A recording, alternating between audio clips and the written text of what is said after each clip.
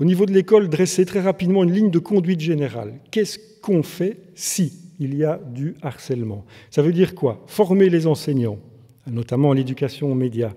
Informer les parents régulièrement sur ce qui se passe à l'école de ce point de vue-là.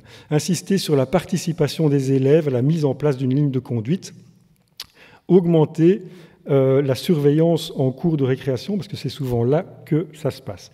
Concrètement, mettre en place un environnement scolaire bienveillant, des limites claires et explicites. A priori, pas de sanctions directement hostiles par rapport aux harceleurs, notamment parce qu'il y a plusieurs situations de harcèlement. L'étourdi, ça n'est pas la même chose que la vide de pouvoir, c'est pas la même chose que le nerd vengeur. Et puis il y a un exercice de l'autorité partagée, renforcer les liens entre les parents et les enseignants pour qu'eux aussi, en famille, ils renoncent à encourager des pratiques qui peuvent devenir celles de harcèlement.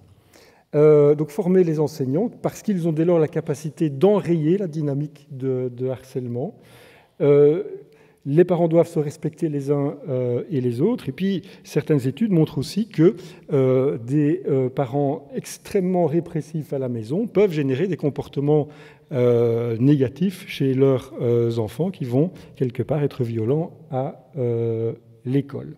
Donc, nécessité de considérer la violence comme négative, systématiquement. Alors, en même temps, nécessité de renforcer l'estime de soi chez les élèves. Et un certain pouvoir doit être donné aux élèves qui se montrent bienveillants les uns par rapport avec les autres. Alors, du point de vue de la surveillance, on propose de décaler les rythmes de pause entre les élèves, c'est-à-dire pas mettre dans la même cour de récréation en même temps les plus grands et les plus petits. Mettre sur pied des activités stimulantes, parce qu'on a constaté que les élèves qui s'ennuient se laissent plus facilement aller au harcèlement.